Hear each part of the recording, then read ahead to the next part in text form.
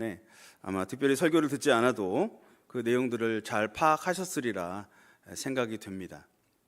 그래서 어쩌면 제가 설교하는 것이 사족이 되지 않을까 생각이 되는데, 그래도 함께 하나님께서 오늘 우리에게 주신 말씀을, 본문을 함께 살펴보면서 우리에게 주신 교훈을 함께 나누기를 원합니다. 남의 떡이 커 보인다 라고 하는 속담을 다 알고 계실 겁니다. 같은 것일지라도 남이 가지고 있으면 더 좋아 보이고 탐이 난다 라고 하는 말입니다. 어느 날 개 한 마리가 다른 동네에 놀러를 갔습니다. 그 놀러 갔다가 큰 고기 덩어리를 얻게 되었습니다. 입에 물고 행복해하면서 자기 동네로 돌아가던 중에 개울을 만나게 되었습니다. 개울에 다리가 놓여 있었습니다. 그 다리를 건너가다가 그만 다리 아래쪽을 쳐다보게 되었습니다. 그 다리 아래에는 자기와 비슷하게 생긴 개가 큰 고기 덩어리를 물고 자기를 쳐다보고 있었습니다. 아무리 봐도 그 개는 자기보다 작아 보였습니다. 그리고 그 개가 물고 있는 고기 덩어리는 자기 고기보다 커 보였습니다. 저 고기를 빼앗아 가면 2배로 행복할 것 같았습니다. 그리고 용맹한 개로 소문이 나서 자기 동네에서 일약 스타가 될 것만 같았습니다. 그래서 욕심이 생겼습니다. 마침 요즘 우렁차게 짖는 연습을 하고 있었는데 이때를 위함인가 보다 라고 하는 생각이 들었습니다. 그래서 가지고 있던 필살기로 겁을 줘서 그 큰 고기를 빼앗기로 결심합니다. 최대한 크고 무섭게 으르렁 멍멍 하는 순간 자기의 입에 있던 큰 고기 덩어리가 물속으로 퐁당 떨어져 버렸습니다. 모두 알고 계시는 동화라고 해야 되겠죠. 남의 떡이 커 보여서 그것을 욕심내다가 모든 것을 잃게 된 이 개 한 마리의 예화가 그대로 적용된 사례가 바로 오늘 본문이 기록하고 있는 고라가 당을 짓고 하나님의 질서를 대적했던 사건입니다. 여러분, 민수기는 하나님을 중심으로 하나님의 명령을 따라 살아가는 하나님 나라의 백성의 모습을 보여주고 있습니다. 하나님이 온 세상의 유일한 진짜 왕이시며 그분의 백성들은 온 세상의 왕이신 하나님의 명령에 순종하고 하나님만을 잘 섬겨야 한다라고 하는 것이 주된 내용입니다. 하나님께서 왕이시기 때문에 하나님 나라의 모든 질서는 하나님께서 절대하신 주권을 가지고 친히 제정하신 대로 세워져야 하고, 하나님 나라 백성들은 택함을 받았음에 감사하며 하나님께서 주신 달란트대로 맡겨주신 직분과 직책을 따라 온전히 섬겨야 하는 것입니다. 이것이 하나님 나라에 속한 백성들이 기본적으로 지켜야 하고 가져야 하고 결코 잊지 말아야 할 규례와 법도입니다. 고라 일당의 반역 사건은 이스라엘이 출애굽 시대에 일으킨 각종 반역 사건들 중에 가장 조직적인 반역이었다라고 하는 특징이 있습니다. 다른 반역 사건들은 이스라엘 회중 전체에 의하여서 대부분 특별한 주모자나 선동자 없이 우발적으로 발생하였다라고 볼 수 있는데, 이 고라 일당의 반역 사건의 경우는 처음부터 모세와 아론이 이스라엘의 민족의 정치적 또 종교적인 우두머리로서 갖는 권위에 눈이 멀었던 일부 지도층 인사들이 38년간의 기나긴 광야 방랑으로 이스라엘 회중 사이에 불만과 염려가 고조된 상황을 악용해서 당을 만들고 일종의 쿠데타를 감행하였던 조직적인 반역이었습니다. 특히 이 고라 일당은 이스라엘 사회에서 지도층에 있었던 사람들로서 가데스 바네아 반역 사건으로 인해서 40년간의 징계가 거의 끝나가는 시점에서 더 하나님 앞에 자숙하고 겸손해야 했음에도 불구하고 세속적인 허영심과 자신의 이해타산에 눈이 멀어서 모세와 아론의 그 우두머리 자리를 빼앗으려고 했던 것입니다. 그러나 선택받은 민족 이스라엘과 그들이 세울 국가는 일반 민족과 일반 사람들이 세우는 세속 국가와는 그 발생 과정부터 그 건국 과정 자체가 아예 다른 그야말로 선민, 신정 국가였습니다. 따라서 이 같은 이스라엘 선민 신정 국가의 모든 권위와 정통성은 하나님의 선택과 하나님의 승인으로만 가능한 것이었습니다. 더욱이 이 사건의 주모자인 고라는 그 자신이 레위 지파의 지도자 중에 한 사람으로서 모세와 아론이 각각 갖는 선민의 통수권자 및 종교적 수장인 대제사장으로서의 지위와 신적인 기원과 권위에 대해서 충분히 깨닫고 있어야 할 위치에 있었습니다. 그런데 고라는 모세와 아론의 지위와 직무 뒤에 분명하게 존재하는 하나님의 의지와 하나님의 주권에 대한 인식이 없었던 것입니다. 그렇게 고라 일당은 외면적으로는 자신의 반역의 명분으로 여호와의 뜻과 하나님의 총회라고 하는 그러한 특별한 제목을 내세우면서도 실제로는 세속적인 욕심에 의한 정권 탈취에만 혈안이 되어 있었던 것입니다. 이 같은 고라의 추한 모습은 경건의 모양은 있으나 경건의 능력은 없는 자며 경건을 이익의 재료로만 생각하는 악하고 어리석은 자의 대표적인 모습이라고 할 수 있습니다. 그리고 하나님의 직접적인 개입에 의한 고라 일당의 멸망과 그의 반역에 마음이 흔들린 백성들에게 임한 하나님의 급격한 응징은 하나님의 뜻을 먼저 겸손히 헤아리지 않고 자기 뜻대로 행동하는 자들에게 내리는 엄중한 경고라고 할 수 있겠습니다. 오늘 이 밤에 우리에게 주시는 본문을 중심으로 세 가지를 함께 살펴보도록 하겠습니다. 첫 번째는 맡기신 직분을 불평하는 자들이 있었다는 것입니다. 고라는 야곱의 12아들 중에 한 명이었던 레위의 세 아들 게르손과 고핫과 무라리 중에 둘째 아들인 고핫의 자손입니다. 그런데 모세와 아론 역시 이 고핫의 자손입니다. 그래서 족보를 따져보면 이 고라는 모세와 아론의 사촌입니다. 고종 사촌입니다.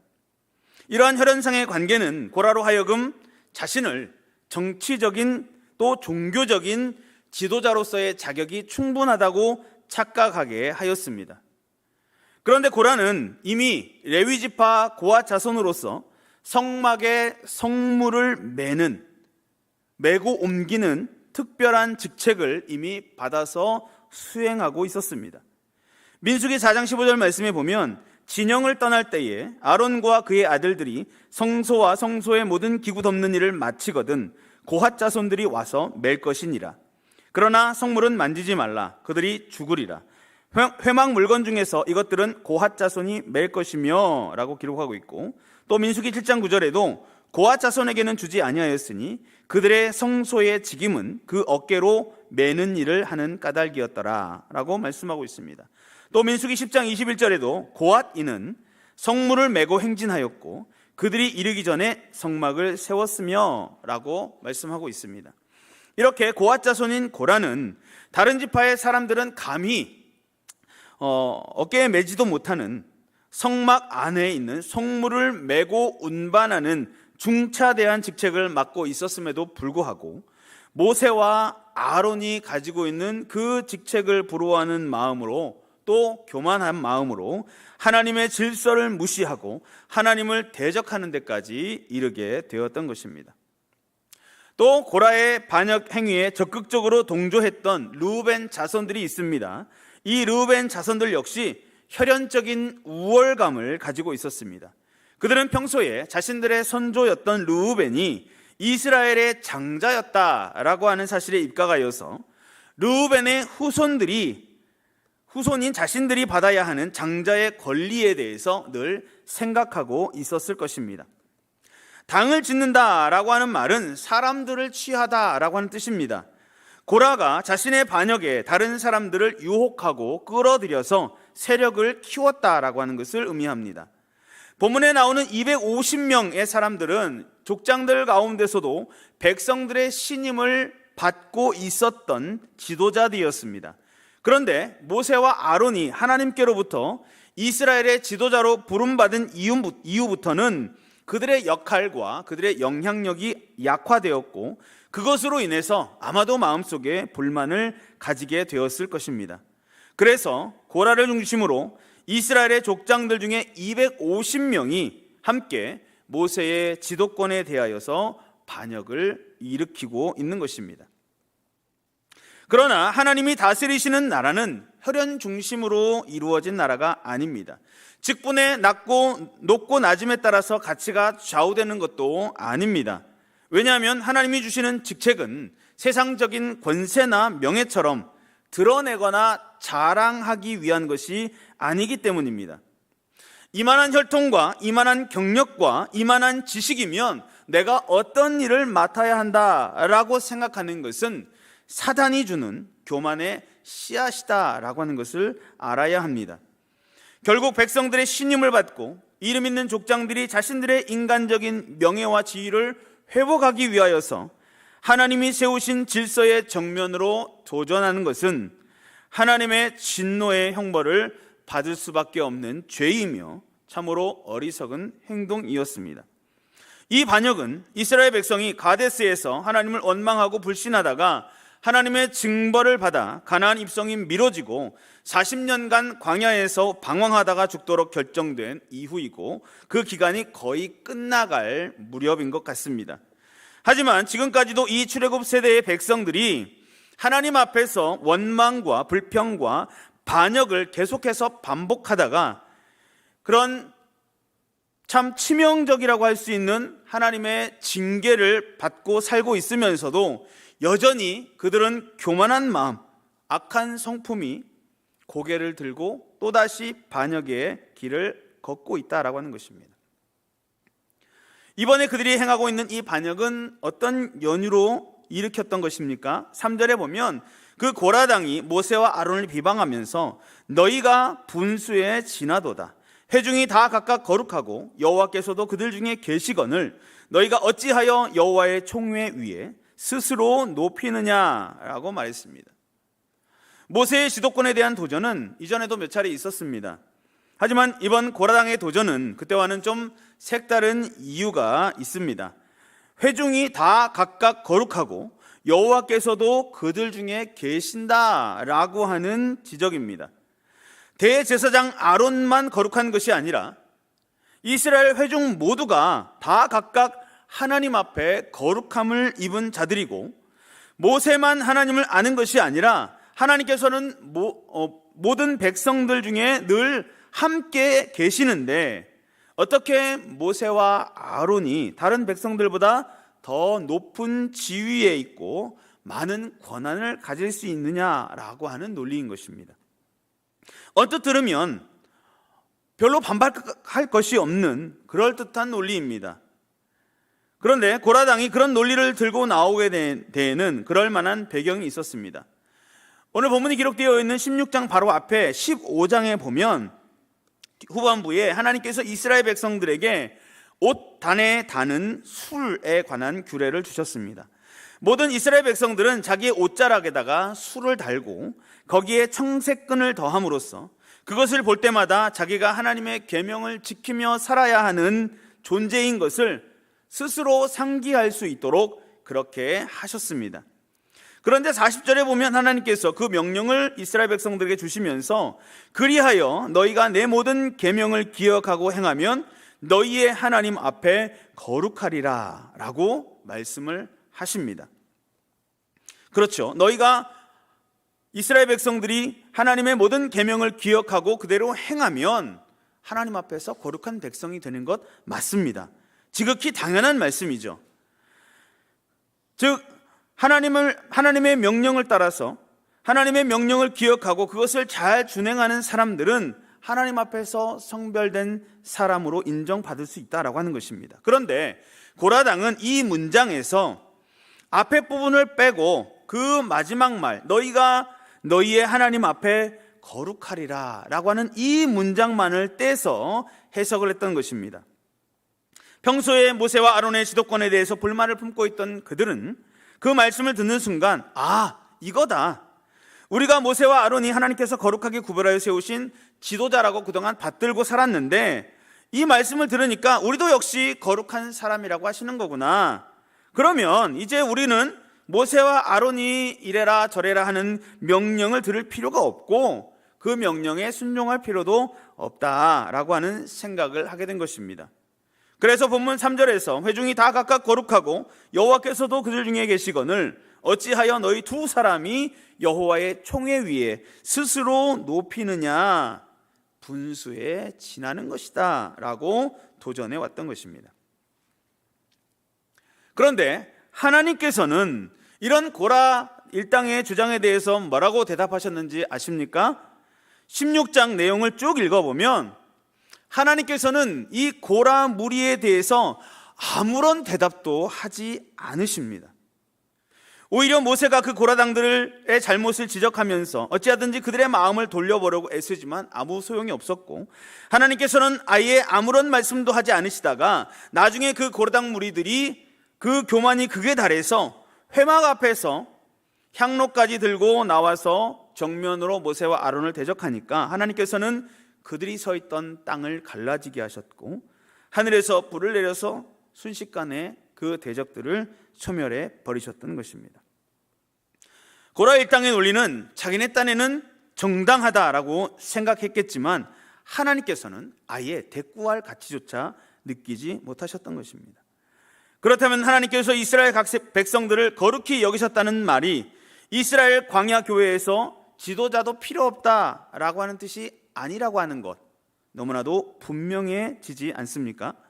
하나님께서 모든 백성들 중에 동재하고 계신다라고 하는 사실이 이스라엘 백성들이 하나님께서 세우신 지도자들의 말을 들을 필요가 없다라고 하는 뜻이 아니라고 하는 사실이 너무나도 분명해지는 것 아니겠습니까?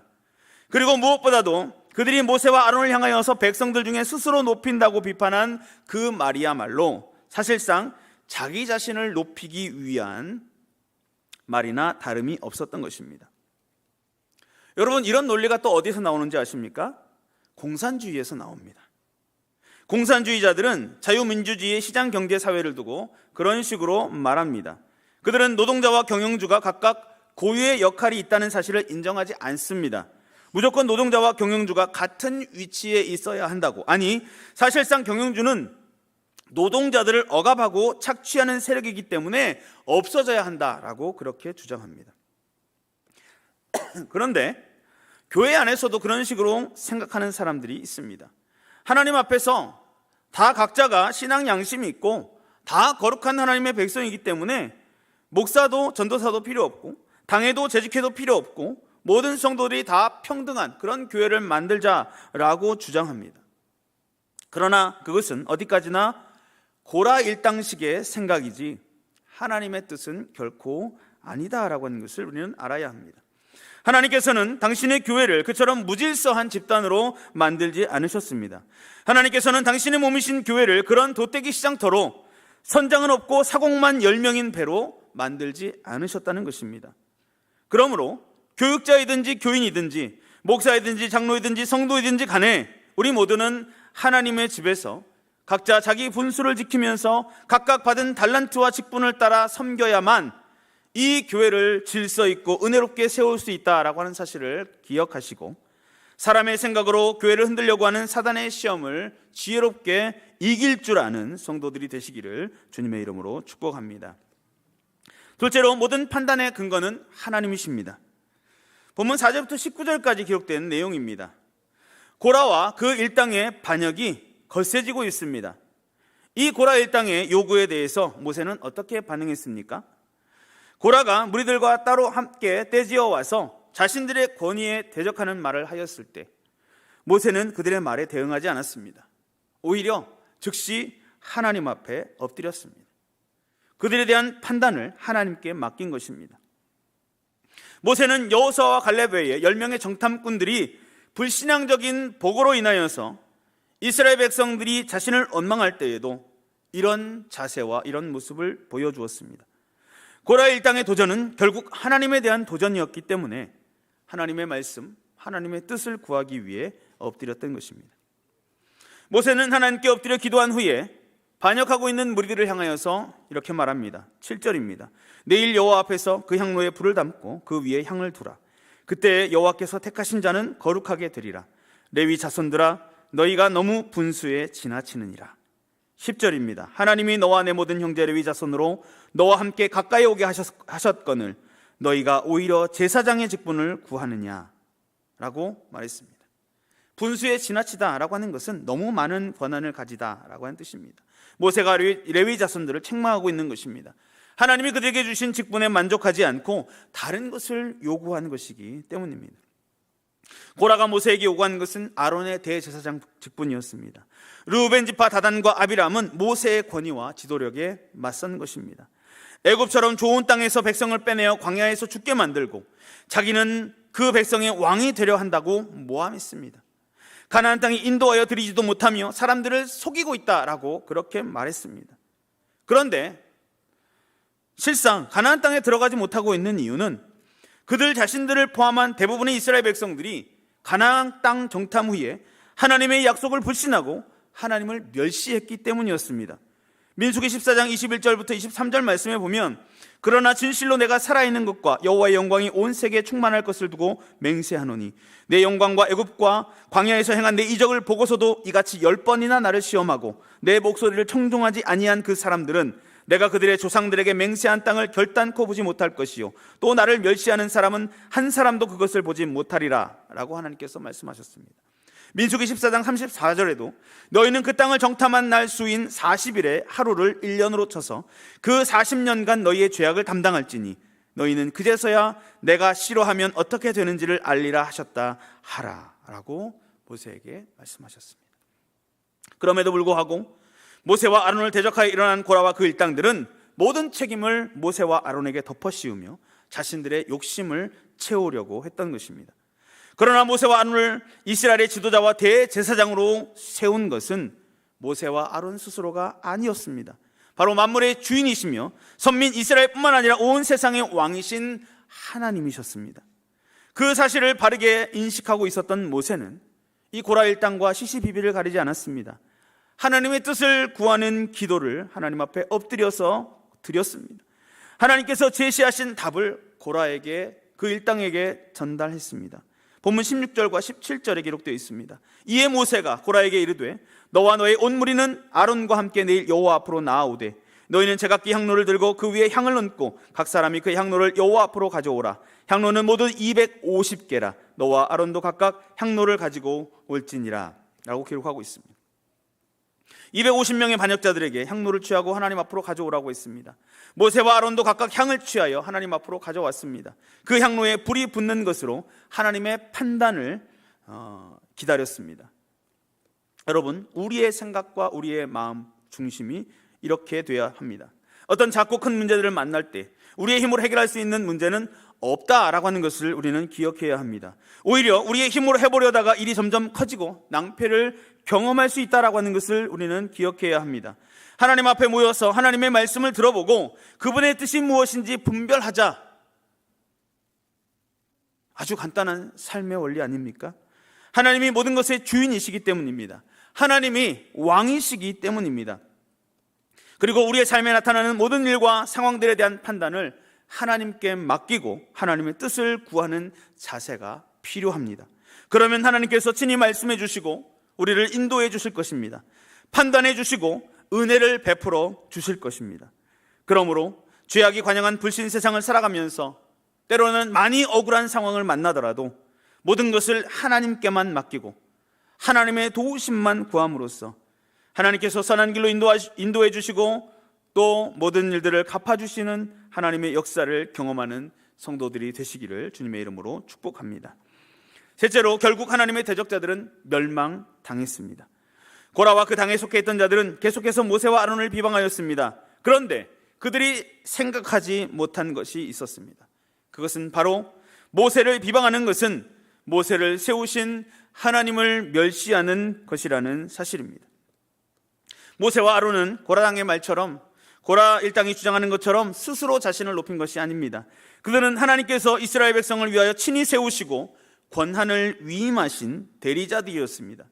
오히려 모세와 아론을 향하여 비난하던 고라 일당이야말로 하나님께로부터 세우심을 받은 자들을 의도적으로 모함함으로써 자신들을 높이려고 한 교만한 사람들이었습니다.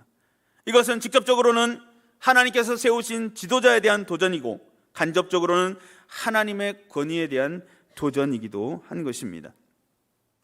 고라의 무리가 모세와 아론을 대적할 때 하나님의 영광이 온 회중에게 나타나셨습니다. 그리고 모세에게 말씀하셨습니다. 본문 24절입니다. 여호와께서 모세에게 말씀하여 이르시되 회중에게 명령하여 이르기를 너희는 고라와 다단과 아비람의 장막 사방에서 떠나라 하라. 모세가 하나님의 말씀을 전달합니다. 26절입니다. 모세가 회중에게 말하여 이르되 이 악인들의 장막에서 떠나고 그들의 물건을 아무것도 만지지 말라. 그들의 모든 죄 중에서 너희도 멸망할까 두려워하노라.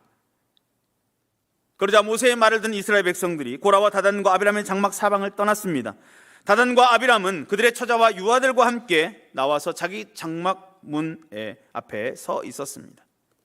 모세가 모든 이스라엘 앞에서 말합니다. 본문 28절과 29절에 기록되어 있습니다. 여호와께서 나를 보내사 이 모든 일을 행하게 하신 것이요 나의 임의로 함이 아닌 줄을 이 일로 말미암아 알리라.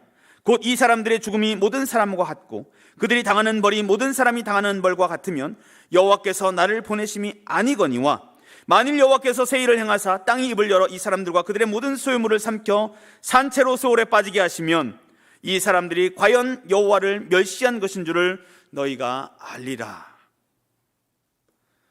모세가 이 말을 이스라엘 백성들 앞에서 하자마자 깜짝 놀랄 만한 일이 일어났습니다. 아마 이스라엘 백성들은 처음 보는 일이었을 수도 있습니다. 32절에 땅이 그 입을 열어 그들과 그들의 집과 고라에게 속한 모든 사람과 그들의 재물을 삼키매 그들과 그의 모든 재물이 산채로 소홀에 빠지며 땅이 그 위에 덮이니 그들이 회중 가운데서 망하니라 라고 말씀합니다. 모세와 아론을 대적한 고라 무리들이 갑작스러운 죽음을 맞게 됩니다. 지진으로 인해서 땅이 갈라져서 그 가정과 모든 재물까지 삼켜버린 것입니다. 그 모습을 본 이스라엘 백성들이 두려워서 도망하였습니다. 그런데 거기서 끝이 아닙니다. 모세와 아론을 대적하여 항로를 가지고 나온 250명이 하나님께로부터 나온 불에 의해서 죽음을 맞이하게 되었습니다. 성도 여러분, 하나님께서 세우신 질서를 무시한 교만한 자들의 결과는 이렇게 참혹한 것입니다. 모세와 아론이 리더로서 겪어야 했던 어려움은 하나도 알지 못하면서 눈에 보이는 특권과 영광에만 집착하다가 결국 하나님을 대적하는 죄를 범하였고 그 결과는 멸망이요 죽음뿐이었습니다. 하나님께서는 예수 그리스도를 머리로 온 성도들 각 지체로 삼으셔서 온전한 주님의 교회로 세워지게 하셨습니다. 이것이 하나님의 질서입니다. 로마서 12장 4절과 5절 말씀해 보면 우리가 한 몸에 많은 지체를 가졌으나 모든 지체가 같은 기능을 가진 것이 아니니 이와 같이 우리 많은 사람이 그리스도 안에서 한 몸이 되어 서로 지체가 되었느니라 라고 기록하고 있습니다. 고린도전서 12장 26절과 27절에는 만일 한 지체가 고통을 받으면 모든 지체가 함께 고통을 받고 한 지체가 영광을 얻으면 모든 지체가 함께 즐거워하느니라. 너희는 그리스도의 몸이요 지체의 각 부분이라. 에베소서 4장 11절과 12절 말씀에도 이렇게 말씀하고 있습니다. 그가 어떤 사람은 사도로, 어떤 사람은 선지자로, 어떤 사람은 복음 전하는 자로, 어떤 사람은 목사와 교사로 삼으셨으니 이는 성도를 온전하게 하여 봉사의 일을 하게 하며 그리스도의 몸을 세우려 하심이라 라고 우리에게 말씀하고 있는 것입니다. 그러므로 교만하여 하나님의 질서를 무시하다가 멸망당했던 고라당의 그 모습들을 거울로 삼아서 우리에게 베풀어 주신 놀라운 은혜를 발견하고 감사할 줄 아는 성도들이 되시기를 바랍니다. 또한 각자에게 맡겨주신 직분과 직책이 얼마나 귀한 것인지를 기억하고 각자에게 주신 달란트대로 최선을 다해 섬김으로써 하나님의 질서를 따라 하나님 나라와 죄 없는 교회를 세우는 일에 귀하게 쓰임받는 성도들이 되시기를 주님의 이름으로 축복합니다. 성도 여러분, 모세와 아론은 출애굽 시대라고 하는 격변기에 하나님의 위대한 종으로서 모든 사람이 우러러볼 만한 큰 족적을 남겼습니다.